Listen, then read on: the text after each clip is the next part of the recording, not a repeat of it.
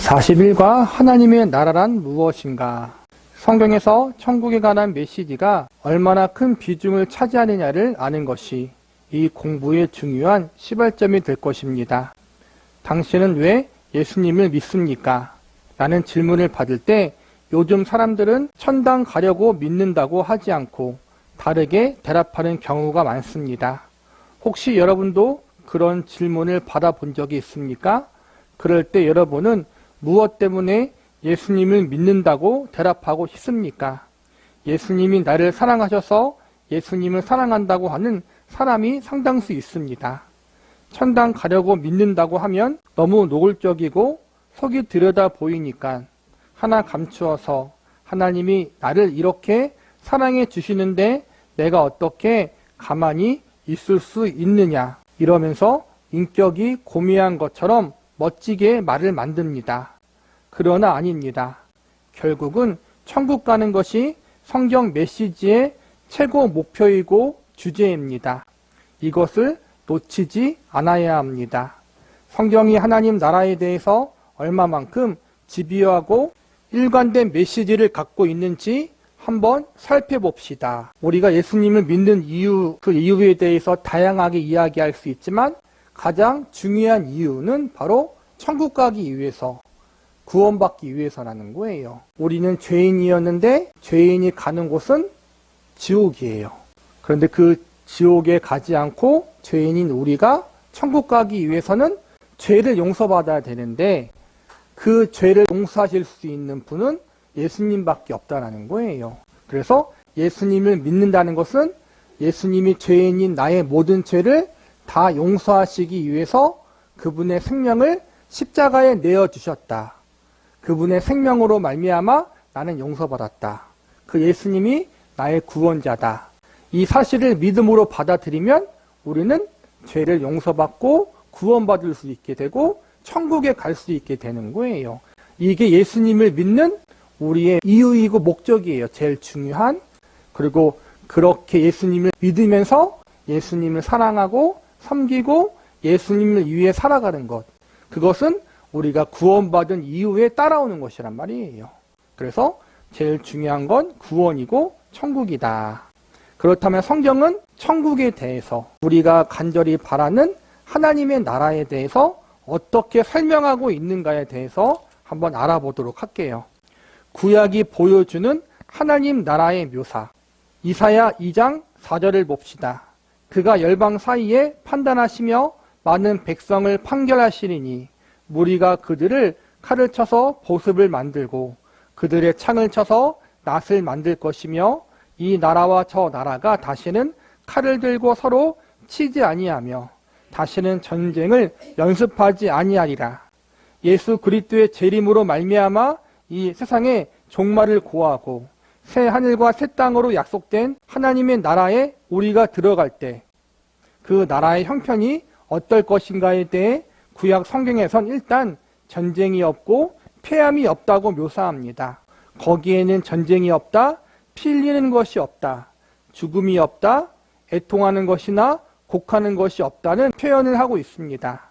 구약 성경 자체에서 신앙의 궁극적인 목적지로서 이런 유토피아를 제시하고 있는 것입니다.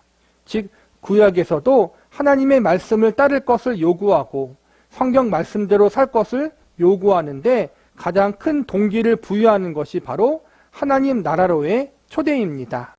이사야 11장에는 하나님의 나라가 조금 다른 형태로 나타납니다. 그때 이리가 어린 양과 함께 살며 표범이 어린 염소와 함께 누우며 송아지와 어린 사자와 살찐 짐승이 함께 있어 어린 아이에게 끌리며 암소와 곰이 함께 먹으며 그것들의 새끼가 함께 엎드리며 사자가 소처럼 풀을 먹을 것이며 젖먹는 아이가 독사의 구멍에서 장난하며 젖된 아이가 독사의 굴에 손을 넣을 것이라. 어린아이가 독사의 굴에 손을 넣어도 괜찮은 나라인 것입니다. 독사가 물어도 죽지 않는 해함과 상함이 없는 곳입니다.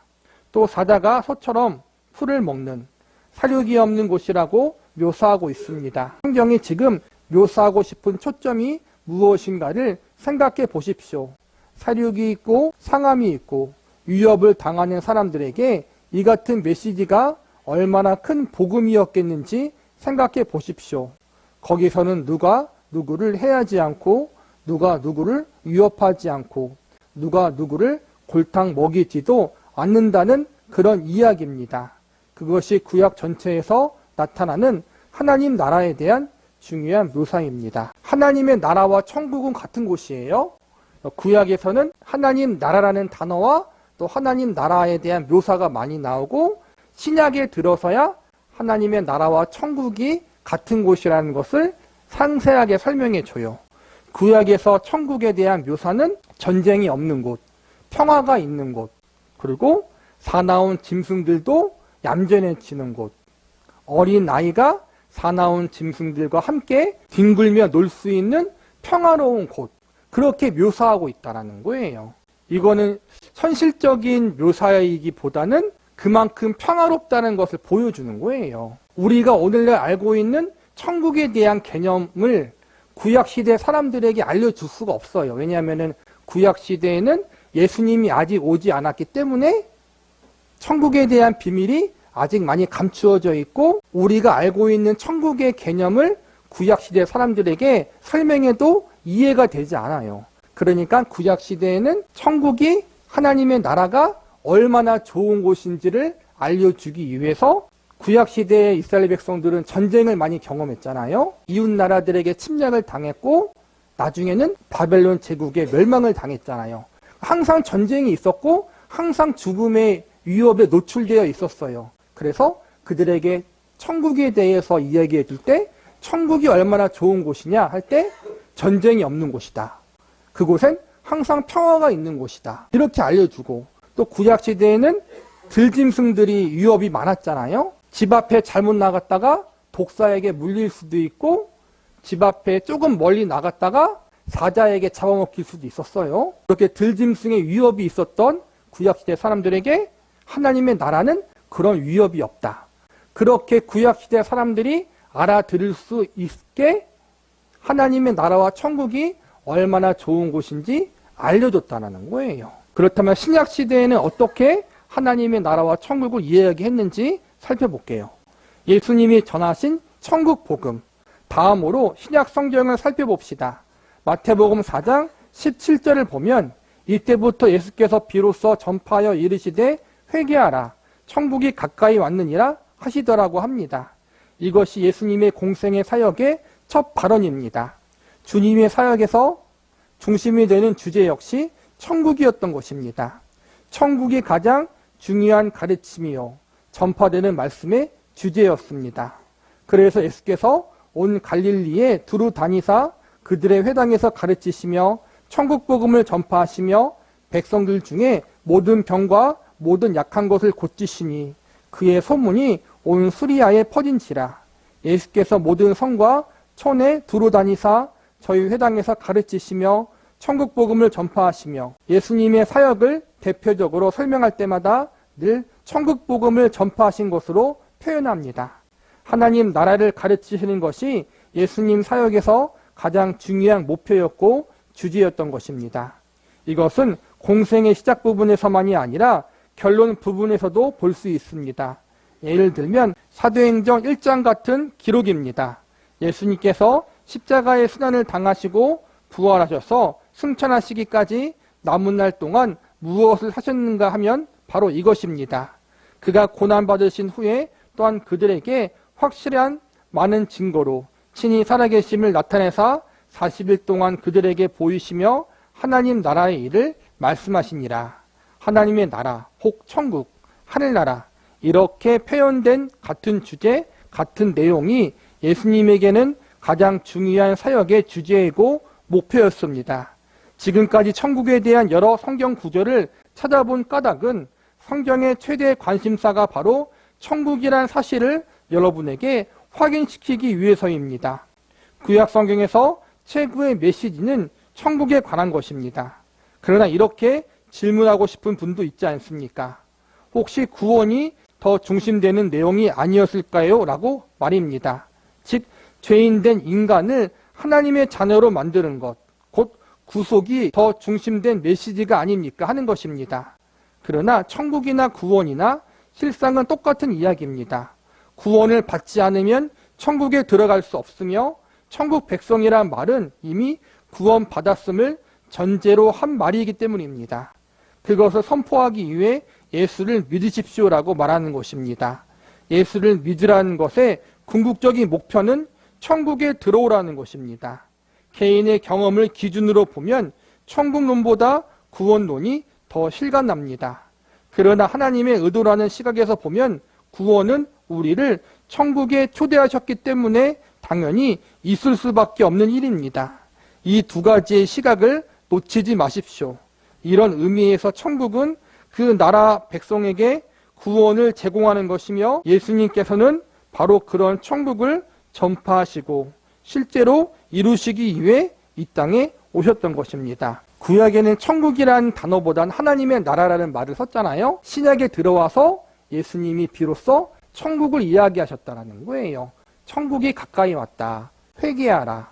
신약에서 소개하는 천국의 개념은 여러 가지가 있겠지만 병든 사람이 없고 육체적인, 정신적인 회복, 아픈 사람이 없다라는 거예요. 그리고 죽은 사람이 없고 그런 식으로 해서 천국이 어떠한 곳인지 알려주셨어요.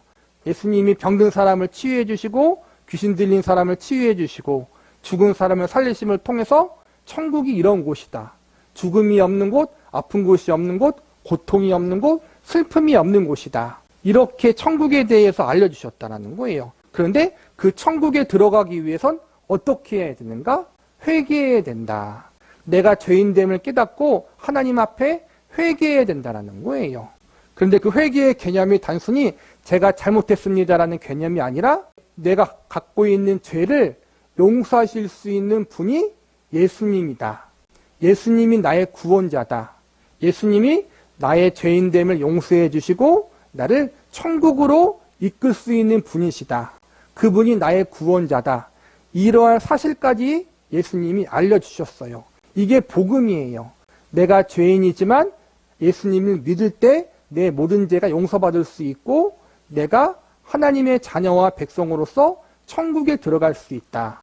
신약에서는 예수님이 이러한 사실까지 알려주셔요. 구약시대 이스라엘 백성들과 모든 인간들이 바라고 있던 이상적인 나라, 죽음이 없는 곳, 고통이 없는 곳, 영원한 행복과 안식이 있는 곳, 그 하나님의 나라인 천국에 들어가기 위해서는 회개하고 예수님을 믿어야 한다.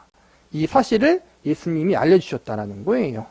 그러니까 구약에서보다 더 구체적으로 천국이 어떠한 곳이며 천국에 들어가기 위한 방법까지도 알려주셨다는 거예요. 만유를 다스리시는 통치의 개념으로서의 하나님 나라. 여러분에게 하나님 나라를 묘사해 보라고 한다면 어떻게 하겠습니까? 하나님의 나라라고 하면 대표적으로 무엇이 생각납니까? 성경이 말씀하는 천국에 대해 우리 인간들이 올바로 깨닫지 못하고 많이 오해하는 이유는 성경에서 천국이란 단어의 개념이 우리가 생각하는 것과 다르기 때문입니다. 하나님 나라의 나라는 영어로는 킹덤이라고 씁니다. 왕국이라는 이 말이 원래 어떤 뜻으로 사용되고 있느냐를 먼저 이해하지 않으면 하나님 나라를 이해하기 어렵습니다. 우리가 일반적으로 나라라고 할 때 맨 처음 들어오는 개념이 어떤 것입니까? 1차적으로는 장소적인 개념, 즉 공간적인 개념입니다. 나라 하면 먼저 땅덩어리가 생각납니다. 국가를 구성하는 3대 요소를 말하면 영토, 국민, 주권이라고 말합니다. 지금 우리가 가진 이러한 국가 개념은 아마 자원, 경제, 사회이기 때문에 생긴 개념일 것입니다. 자원이 없는 나라는 그만큼 가난해지기 때문에 우선적으로 땅덩어리가 넓고 봐야 합니다. 우리가 주기도문을 외우면서 나라가 임하옵시며라고 말할 때 우리 머리에 어떤 그림이 그려지는지 상상해 보십시오. 우리는 벌레 같은 사람들과 더러운 데서 살고 있는데 나라가 임하옵시며 할 때 하늘에서 강한 빛과 함께 구름에 떠있는 황금집이 내려오는 멋진 그림이 그려지지 않습니까? 이것이 우리가 일반적으로 가지고 있는 개념입니다. 그러나 성경이 말하는 나라의 개념은 주권입니다. 루이 14세가 이런 말을 한 적이 있습니다. 짐은 복 국가다. 그 말은 지금 우리 시대의 감각으로 볼 때 정신 나간 소리지만 그 당시에는 당연한 이야기입니다. 왕권을 가지고 있다는 것은 곧 국가를 쥐고 있다는 뜻입니다. 그 자신이 곧 국가의 전 요소입니다. 성경에 이런 왕권의 개념이 어떻게 나오는지 봅시다. 시편 103편 19절 말씀을 봅시다. 여호와께서 그의 보좌를 하늘에 세우시고 그의 왕권으로 만유를 다스리신도다. 여호와께서 그의 보좌를 하늘에 두셨다는 말씀은 장수적인 개념이 아닙니다. 그분의 위엄과 그분의 권세가 최고로 높다는 것입니다. 이와 같은 이야기를 뒤에서는 왕권으로 만유를 다스리신다. 즉 그분이 다스리는 대상이 어느 한 부분인 것이 아니라 만유이다라고 표현합니다. 그분의 정권이 모든 것을 다스리십니다. 그러므로 하나님의 나라에 관한 이야기를 할 때 천국은 장수적 개념이 아니라 통치권임을 먼저 기억하십시오. 이런 개념을 이해하면 우리가 안고 있던 여러 가지 문제가 풀리는 것을 알게 될 것입니다. 천국이 가까이 왔느니라는 말씀은 장소적으로 가깝다는 이야기가 아닙니다. 천국을 장소로만 이해하면 눈에 보이는 가시적이고 천물적인 이야기로밖에 설명이 되지 않습니다. 그러나 통치권으로 해석하면 의미가 달라지며 동시에 많은 문제들이 해결됩니다. 이와 관련하여 복음서에서도 역시 하나님의 나라가 통치권을 의미한다는 것을 더욱 분명히 보여줍니다. 우리가 생각하는 천국의 개념이 있잖아요. 죽어서 가는 곳. 죽어서 가면은 그곳에서 영원하게 하나님과 예수님과 행복하게 살아가는 곳. 이것이 천국의 개념이에요. 그런데 성경은 그것만 이야기하는 것이 아니라 더 한 발 깊이 나아가 있다는 거예요. 우리는 지금 죽지 않고 이 땅에 살고 있잖아요. 죽지 않고 이 땅에 살고 있으면 우리가 천국을 경험하지 못하는 것인가? 이렇게 생각할 수도 있잖아요. 그건 아니라는 거예요. 우리가 생각하는 천국의 개념이 틀린 건 아니에요. 우리가 죽어서 혹은 예수님의 재림하심으로 인해서 천국이 임하게 될 때 영원히 죽지 않고 그곳에서 행복하게 살게 될 거예요. 그런데 그 전에 이미 이 땅에서 예수님을 믿고 하나님을 아버지라고 부르고 신앙생활을 하고 있잖아요. 그렇다면 우리는 하나님께 속해 있는 사람이에요. 하나님의 통치와 다스리심을 받고 있다는 거예요. 그런 점에서 우리는 이미 천국을 경험하고 있다. 하나님의 통치를 경험하고 있고 하나님의 위로하심을 경험하고 있고 하나님의 능력을 경험하고 있기 때문에 죽어서만 천국 가는 거로 끝나지 않고 살아서 천국의 기쁨과 하나님의 통치하심과 위로하심을 미리 맛보고 있다는 거예요. 물론 완벽한 건 아니에요. 그렇죠? 왜냐하면 아직 이 땅에서는 죄가 있고 고통이 있고 죽음이 있고 불의가 있기 때문에 완벽한 천국의 기쁨을 경험하진 않지만 미리 예수님으로 말미암아 천국의 기쁨을 맛볼 수 있다.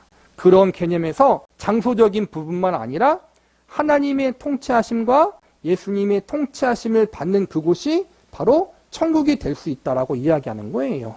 먼 훗날 우리의 삶이 끝날 때까지만 기다리는 것이 아니라 지금 미리 그 기쁨을 맛보라고 우리에게 천국의 기쁨을 맛볼 수 있는 은혜를 허락하셨다는 거예요. 천국은 주의 통치권이 미치는 데까지 누가복음 19장 11절을 보십시오.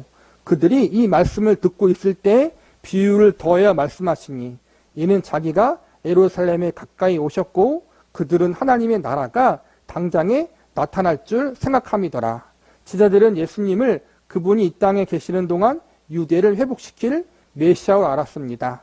정치적으로 로마를 내어 쫓고 이방의 나쁜 놈들을 다 멸하시고 이스라엘 백성들을 영원토록 평안하게 복을 누리며 살 수 있게 해주실 심 있는 통치자로 믿고 있었던 것입니다. 그러나 예수님은 죽으러 오셨습니다. 죽으러 오시는 일들을 하나씩 이루고 마침내 예루살렘으로 올라가십니다. 십자가에 달려 돌아가시기 위해 예루살렘으로 가고 계십니다. 그러나 제자들은 이제 때가 왔구나. 우리 주님께서 예루살렘 성에 올라가시면 적들과 싸워 이겨내시고 우리 모든 믿는 자에게 하나님의 나라를 주실 것이다라는 기대 속에서 올라갑니다. 그래서 예수님께서 그들이 가지고 있던 잘못된 개념을 고쳐주기 위해 문화 비유를 들어 말씀하고 계십니다. 이 비유 중에 기억해야 할 대목은 왕위를 받으러 올라갔다는 사실입니다. 우리말로는 왕위를 받으러 갔다고 되어 있는데 원문은 왕국을 받으러 갔다, 즉 나라를 받으러 갔다고 되어 있습니다. 나라를 어떻게 받으러 갑니까? 나라는 받으러 가면 땅덩어리를 받는다는 것입니까? 나라를 받는 방법은 어떤 것입니까? 이것은 통치권을 받는다는 것을 의미합니다. 이 비유가 유대인들에게 이해되기 쉬운 이유가 있습니다. 지금 이스라엘은 로마의 속국이라 이스라엘 나라에서 어떤 권세든지 잡으려면 로마 황제의 결재를 받아야 합니다. 본붕왕 헤롯이 누구에게서 왕위를 받았습니까? 시저에게서입니다. 그러므로 왕위를 받기 위해서 즉 나라가 아니라 통치권을 받으러 가는 것입니다. 우리 머릿속에서 이것이 명백해지면 천국에 대한 기본적인 이해는 거의 다 된 것입니다. 어디까지가 러시아이며 어디까지가 미국입니까? 그 통치권이 미치는 데까지입니다. 주기도문의 나라가 임하옵시며라고 내포하고 있는 것은 내가 하나님의 명령을 받들어 모시겠나이다라는 고백입니다. 나라가 임하옵시며 내가 하나님의 명령을 받들어 모시는 그만큼까지 천국이 되는 것입니다. 얼마나 멋진 일인지 알 수 있습니다. 천국이 하나님의 통치와 다스림이 임하는 곳이라고 얘기했어요. 그곳은 제일 먼저 우리가 생각하는 하늘의 천국이 맞아요. 그런데 하늘의 천국은 우리의 인생의 마지막 날에 가게 될 것이고 그 전에 지금 이 땅에서 우리가 예수님을 믿음으로 말미암아 하나님과 동행하고 하나님의 뜻 가운데 살아가는 것, 그것이 천국의 삶이 될 수 있다는 거예요. 그렇다면 그 천국의 삶을 살아갈 때 어떻게 해야겠어요? 우리의 주인 되시는 하나님과 예수님의 뜻에 더욱더 순종하고 더욱더 충성하게 살아갈 때 그만큼 더욱더 하나님의 통치하심을 경험하고 하나님이 함께 하심을 경험할 수 있다는 거예요. 즉 우리가 더 믿음으로 바르게 살아갈 때 천국에서의 기쁨을 더 많이 누리며 살아갈 수 있다는 거예요. 그러므로 우리가 첫 번째로는 하늘의 천국을 소망하며 살아가고 두 번째로는 이 땅에서 그 천국의 기쁨을 미리 맛보기 위해서 하나님과 예수님의 말씀에 더 깊이 순종하고 그 하나님과 예수님을 더 사랑하고 그 하나님과 예수님과 더 동행하는 삶을 살아갈 때 우리가 이 땅에서 천국의 기쁨을 더 깊이 더 많이 누릴 수 있다. 이 사실을 기억하면 좋을 것 같아요.